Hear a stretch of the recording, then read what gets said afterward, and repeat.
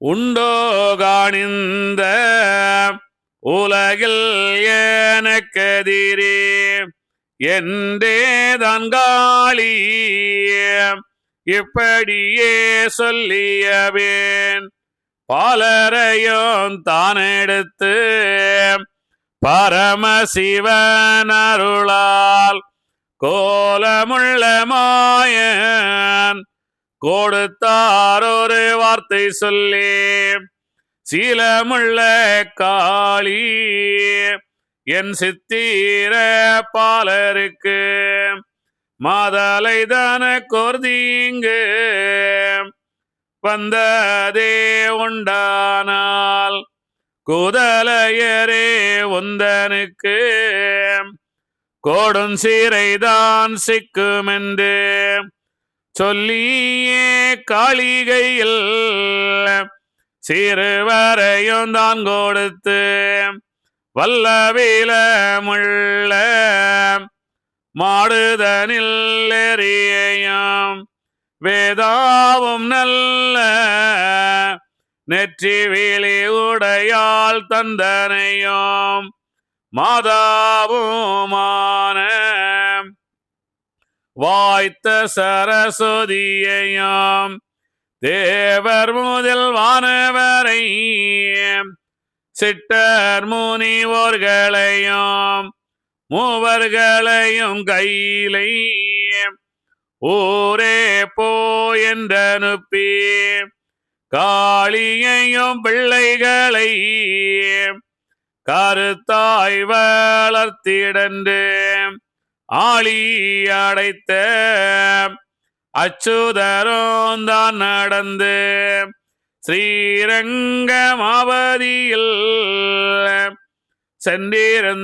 சென்றிருந்தாரம்மானை சாரங்கர் ஸ்ரீரங்கந்தான் வந்தாரே என்று சொல்லி ஸ்ரீரங்கமெல்லாம் செழித்து மீக வாழ்ந்து பாரெங்கும் மெச்சி பறந்தது காணம்மானை அப்படியே அச்சுதரும் அப்பதியிலே இருக்க எப்படியும் ஸ்ரீரங்கம் இனிதழைக்கும் என்று மிக மூவர் முதலாய் 30 முக்கோடி தேவர் முதலாய் சிந்தைகளித்து இருந்தார் ஸ்ரீரங்கமான திருப்பதியின் வளமை சாரங்கராயர் தாமுரைத்தாரம்மானை மாறியது 3 வறட்சிக்க தான் பொழிந்து ஏறி பெருகி ஏற்ற சென்னல் தான் விளைந்து பாடியொன்று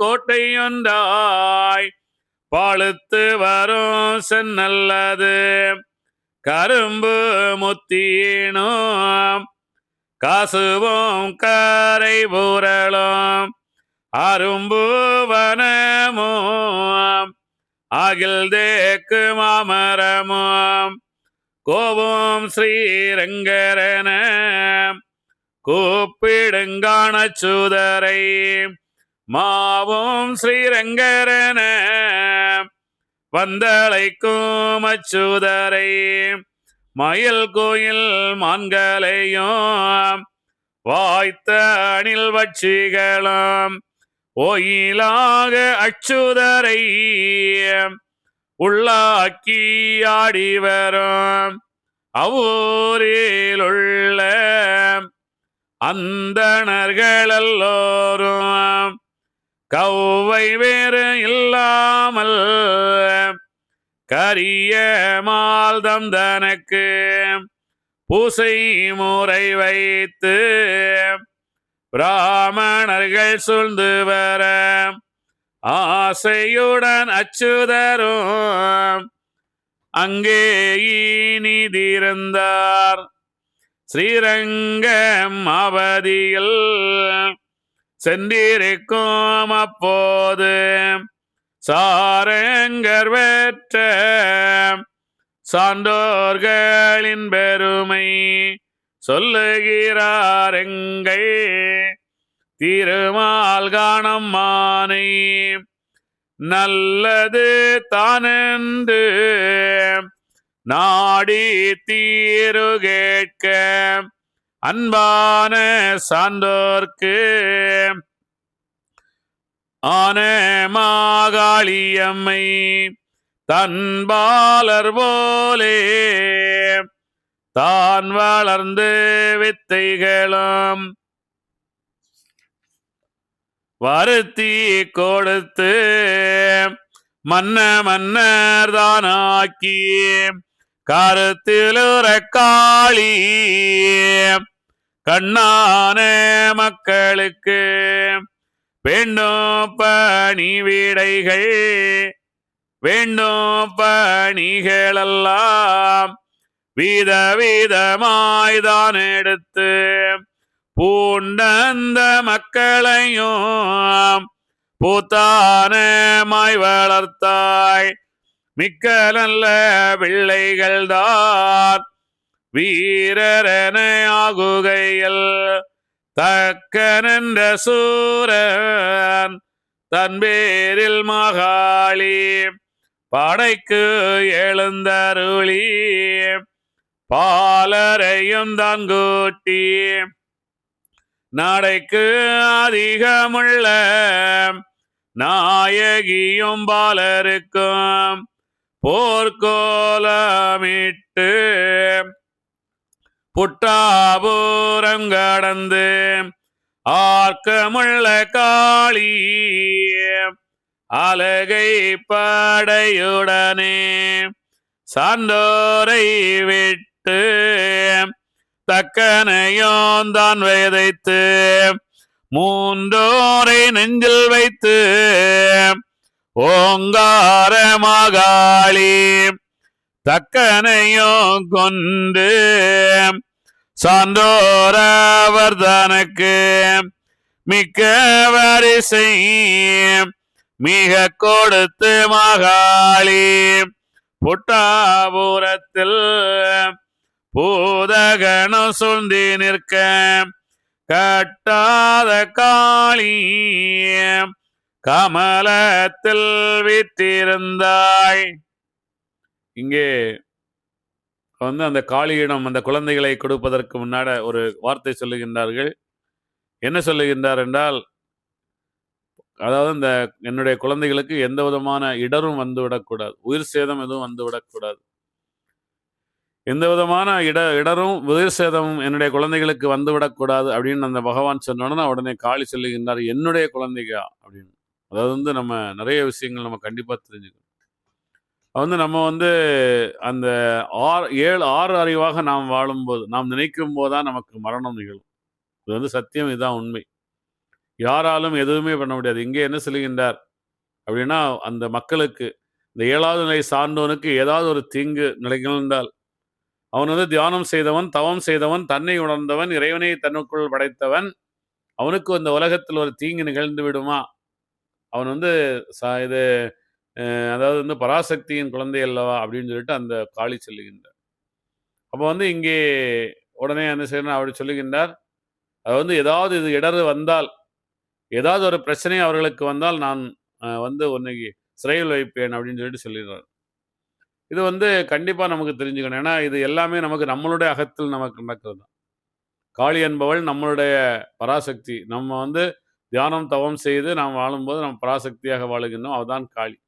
நாம் அந்த பத்திரகாளியின் குழந்தையாக மாறிவிடுகின்றோம். நாம் நம்மளுடைய தாய் தந்தை பெற்ற குழந்தைகள். நாம் என்ன செய்கின்றோம்? பத்திரகாளியின் குழந்தையாக மாறிவிடுகின்றோம். அப்படி நம்ம பத்திரகாளியின் குழந்தையாக மாறும்போது நமக்கு இடர் வருமா? நமக்கு பிரச்சனை வருமா? நாம் நினைக்கும் போது தான் நமக்கு மரணம் என்பது இல்லையா? அப்போ இங்கே என்ன நடக்கின்றது அப்படின்றத நம்ம பார்ப்போம். அதுக்கு முன்னாடி என்ன, இப்போ காளி குழந்தைகளை வாங்கிவிட்டால், குழந்தைகளை நன்றாக நடத்தி கொண்டிருக்கின்றாள், வளர்த்து கொண்டிருக்கின்றாள். எல்லா விதமான அந்த தொழில் அந்த எல்லாமே அவள் கற்றுக் கொடுத்து விட்டார் அந்த குழந்தைகளுக்கு. இப்பொழுது இங்கே அவள் வந்து தக்கன் என்ற அந்த அரக்கனை, தக்கன் தான் அந்த தன் ஆணவத்தை, நான் தான் பெரியவன் என்ற அகம்பாவத்தை, நான் தான் சிறந்தவன் என்ற அந்த எண்ணத்தை, அங்கே அந்த தக்கன், நான் பெரியவன் என்ற அந்த எண்ணத்தை, தக்கன் அப்படின்னா அதுதான். அந்த தக்கனை யார் அழிக்கின்றார்? சான்றோன் அழிக்கின்றார். அவள் வந்து அந்த தக்கனை அழிக்கின்ற அந்த அந்த பக்குவத்தை அங்கே சொல்லிக் கொடுக்கின்றாள் பத்திரகாளி. அவர்கள் அதை உணர்ந்து கொள்ளுகின்றார்கள். அப்படி தன்னை உணர்ந்து அந்த தான் பெரியவன் என்று நினைக்காமல் வாழ்பவன் தக்கனை அழித்த அந்த அந்த சான்றோன் இனி என்னவாக போகின்றான் அப்படின்றது ரொம்ப முக்கியமான விஷயம். ஏன்னா வந்து நம்ம இது கண்டிப்பா தெரிஞ்சுக்கணும்.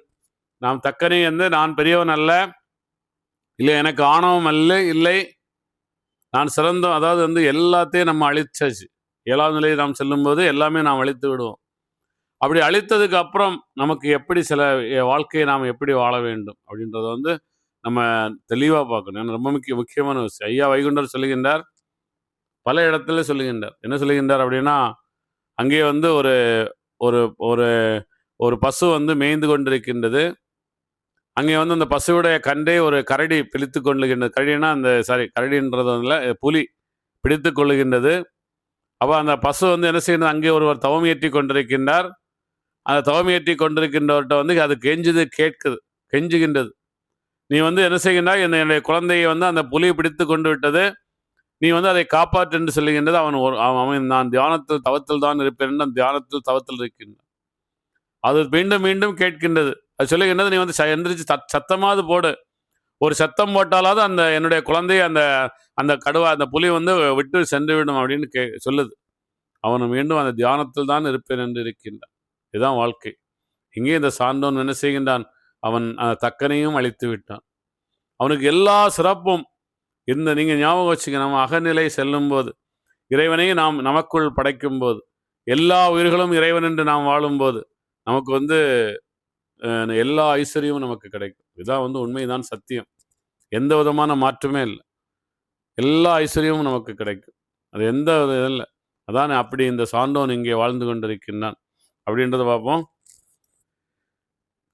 அப்போது நல்ல ஆர்க்கமுள்ள வாளருக்கு இப்போது மாலையிட 7 பேர்க்கும் வேணுமென்று பார்த்து விசாரித்து பத்திர மகாளி 4 திசையும் பார்த்து நாரத மாமுனியை அழைத்து நல்ல மகாளி அந்த முனியோடு உரைப்பாய் விளைத்து நல்ல புத்தி விவரமிட்டு சொல்லுகின்ற மாமுனியே எந்த மக்கள் 7 பேர்களுக்கும் நீ முயன்று வெண்ணேழு நிச்சயிக்க வேணுமென்று நல்லது தானென்று நாரத மாமுனிவன் வல்ல வகையாலும் மக்களுக்கு வெண்ணேழு பார்த்து வருவேன் என்று பகர்ந்து முனி போயினே சாற்று மொழி கேட்டு தானேகுமா முனிவன் நீதமுள்ள நல்ல நிருபதீராசனந்தான் மெற்ற மதலைதனை பெண் கேட்க போயினே மாமுனிவன் கேட்க மன்னனதிசயித்து தான் மகிழ்ந்ததேதோ தானுரைப்பானம்மானே நல்ல முனியே நானுரைக்க நீர் கேளாம் செல்ல மகவு தேவிக்கும் எந்தனுக்கும் இல்லாமல் அநேக நாள் இருந்தேன் நான் தவமாக நல்லான ஈசன் நாட்டமுடன் இறங்கி ஆண் பிள்ளை உந்தனுக்கு ஆகமத்தில் இல்லை என்று பெண் பிள்ளை 7 பிறக்கும் என்று சொன்னார்கள். அப்போது ஈஸ்வரரை அடியோன் மிக வார்த்து, இப்போது எந்தனுக்கு இரண முடிவாகுகையில் கொள்ளி வைக்க பிள்ளை ஒன்று கொடுமோ என்று தெள்ளிமையாயீசர் செப்பு மொழி நீர்கேளும் தெய்வ சான்றோராய் சித்திர மகாளி கையதுக்குள் வாழ்ந்தான் கன்னி 7 பேர்களையும் மாலையிட்டு தனக்கு வருமாவத்தை எல்லாம் மேவலராய் காத்து மேதினியோர்தானறிய உந்தனுக்கு நல்ல உதவி மிக செய்வதற்கும் வந்தங்கு இருப்பாரென்று வகுத்தாரே ஈஸ்வரரும். ஆனதால் பெண்ணேழு அவர்க்கே தானல்லாது வானமுனியே மற்றோர்க்கு ஆகாதே என்று நீருபதனும் ஏற்ற முனியோடுரைக்க நன்று நன்று என்று நாரதரும் சம்மதித்து மன்னவனே கேளு மாகாளி தன்னிடத்தில் சொன்ன விளையேலும் சிறந்திருக்கிறாரெனவே அந்த மன்னரான ஆண் பிள்ளைகளானோர்க்கு இந்த முகூர்த்தம் யான் கேட்க வந்தேன சொல்ல முனி மன்னவனும் சோபிதமாய் மகிழ்ந்து நல்ல முகூர்த்தம் நாளிட்டானம்மானை நாளிட்டு நாரதரும் நல்ல மாகாளியோட தாளினையை ஓற்றி தானுரைத்தாரம்மானை மாகாளி உந்தனுட மக்கள் 7 பேர்களுக்கும் வாகான மன்னன் வாய்த்த நீருபதனுட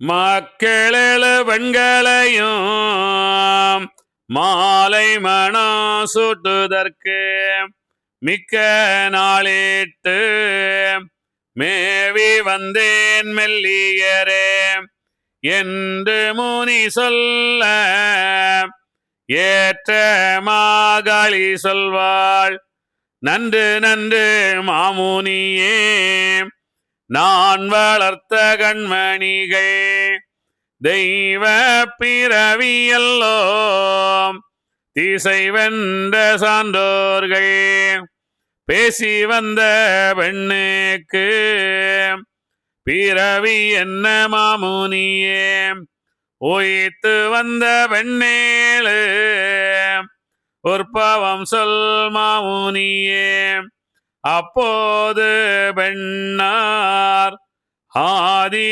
வீரவியெல்லாம் செப்புகிறோம் என்று சிவகாளி இதனை தண்டனிட்டு கேளாய் நீ என்று கிருபையுடன் எதுரைப்பான் நாளான நாளையிலே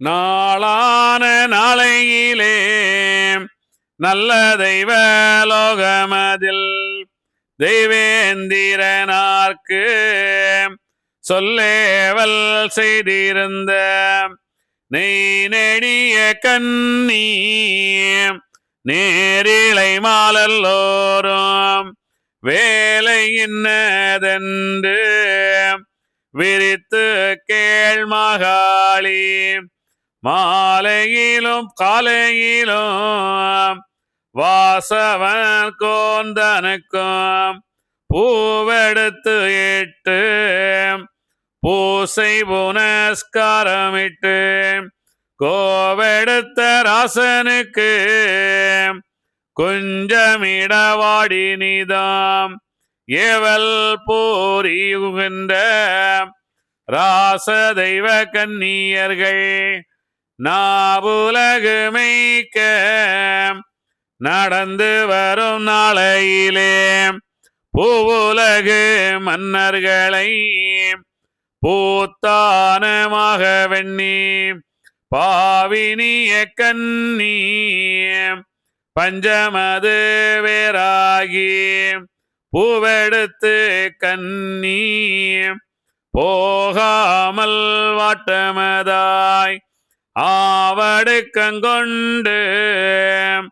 அவர்களே போலே காய்ச்சல் கோளிரனவே கௌவையுற்று தான் இருக்க மாச்சல் தனை அறிந்தான் மகவானும் அப்போது ஆனதால் வேதாவின் அண்டை அவன் அணுகி தீனம் வந்ததேதனவே தேவியர்க்கு வேதாவே வேதா தெளிந்து விரித்துரைத்தார போது சூதானமான தோகை 7 பேரும் பூலோக மன்னருக்கு பிரியமுற்று மையல் கொண்டு காலோயுதென்று கவ்வை ஒற்றதல்லாது வேறில்லை என்று வேதாயுது உரைக்க தேரியே வாசவர்கோன் தேவி 7 பெண்களையும் அப்படியே பூவுலகில் அமையும் என்றார் வேதாவும் எப்படிதான் வந்து இவர் பிறந்தார் என்று முனி சொல்ல சிவகாமி சிரித்து மனமகிழ்ந்து நல்ல திருமாமுனியே நல்முகூர்த்தம் பார்த்துரை நீ உடனே மாமுனியோ முகூர்ந்த உகந்த முகூர்த்தம் என்று திடமே நிருபனுக்கு செய்தி சொல்ல ஆளும் விட்டு நாளை முகூர்த்தம் என்று நாள் திசையும் தான் அறிய கோளையில் அமன்னன் குலதெய்வ சான்றோர்க்கு முகூர்த்தம் என்று சாந்தி மூவுலகும் முகூர்த்தம் என்று சாற்றி மூவுலகும் தான் அறிய பக்குவமாய் நல்ல பந்தலிட்டாரம்மானை வைர கால் நாட்டி வைர வாளைகளிட்டு தூயரமுள்ள தங்க தூண்கள் மீக நாட்டி முத்து நிறைத்து முதுபவள வன்னியிட்டு கொத்து சரப்பணியை கோர்மாலையாய் தூக்கி மேற்கட்டி கட்டி மேடை பொன்னாலையிட்டு கால் கட்டி வட்டு கனமாயலங்கரித்து வாழை கரும்பு வகை வகையாய் நாட்டி மிக நாளை மனமென்று நாட்டுக்கு பாக்கும் வைத்து வெடிபூவானோ மிகுத்த கம்ப சக்கரமும் திடிமனுடன் மேலும் சேவித்தார் வந்தலுக்குள் வாத்தியங்கள் இன்னதென்ன வகை சொல்ல கூடாது நாச்சியார் மகாளி நாயகியங்கொண்டாடி பாலருக்கு ஏற்ற பணியெல்லாம் தான் போட்டி சாலமுள்ள சிங்க தண்டிகையில் தான் இருத்தி பட்டின பிரவேசம் பகல் 3 3 இட்டமுடன் பூதம் எடுத்து மிக சுற்றி வர மண்டபத்துள் வைத்து மாபூதம் சூழ்ந்து நிற்க தெண்டனிட்டு மன்னன் தேசாதி சூழ்ந்து நிற்க 18 வாத்தியமும் பட்டணமெங்கு முழங்க தகிதோமெனவே தம்புரு சாரங்கி கம்ப பந்தமது பிடித்து பலபூதம் சூழ்ந்து நிற்க நந்த கோபால நாராயணர் மகிழ்ந்து மைந்தருக்கு இன்று மனமுண்டு என்று சொல்லி வைந்தர்வல தேவர்களை வாரும் என்று தான் அழைத்து பாலர் முகூர்த்தம் பார்க்க போம் என்று சொல்லி